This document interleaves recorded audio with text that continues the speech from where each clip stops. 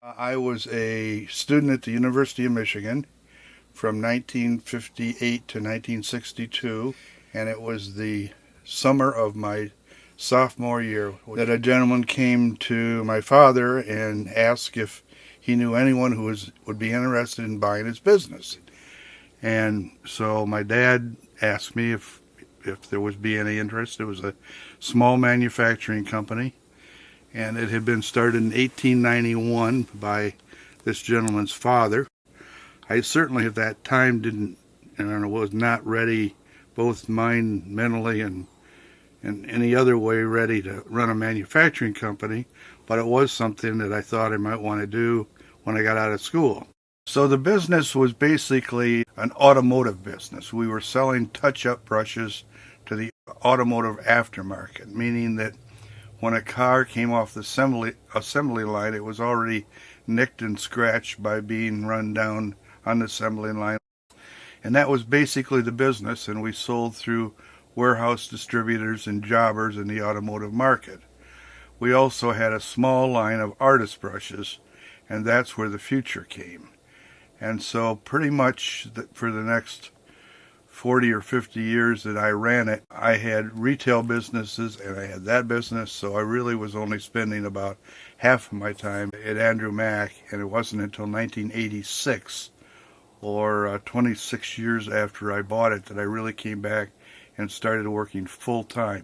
And just strangely, that was the perfect time in the world and in our industry when things changed, and it just kind of ballooned, and all of a sudden we're doing anything that has to do with graphic art on an automobile or a truck.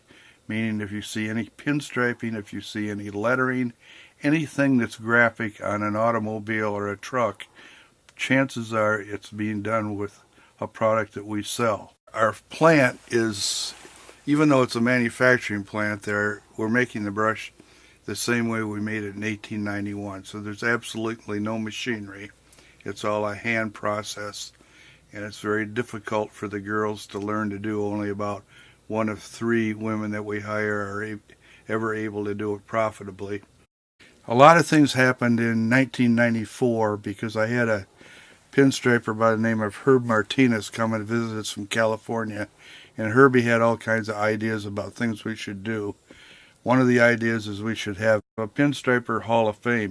So we started it in 1994, and since that time we've had hundreds of people send us works of art from all over the world, and they come normally in the form of a panel that's probably 1 foot by 18 inches, maybe 12 by 18. A lot of them are bigger. We have strange things like toilet seats. We've got sunglasses. We have bowling balls. We've got clocks. But most of them are panels that are done with pinstriping on them and other lettering. And so this is a place that once they send it to us, we then give them a plaque saying they're in the Pinstripers Hall of Fame, and we show these at our business in Jonesville, Michigan. The business was coming along just greatly and couldn't have been happier. And then my son, the youngest of 3 children, decided he'd like to come back and get involved with the business, and this would have been in the early 1990s. He liked it, and we got along fine, never had an argument in our life, which is unusual, and at least not at work. So I sold the business to him a little over 10 or 12 years ago, and have continued working there because he enjoys having me and I enjoy going in. He's done an unbelievable job of increasing the business, changing it, buying more, but now we have a small niche in the world that we sell fingerprint brushes and brushes used for the automotive aftermarket, and any type of graphic art brush that's used on a car, boat, anything that a pinstriper or a sign painter. That's our niche, and it's been a wonderful time, wonderful business.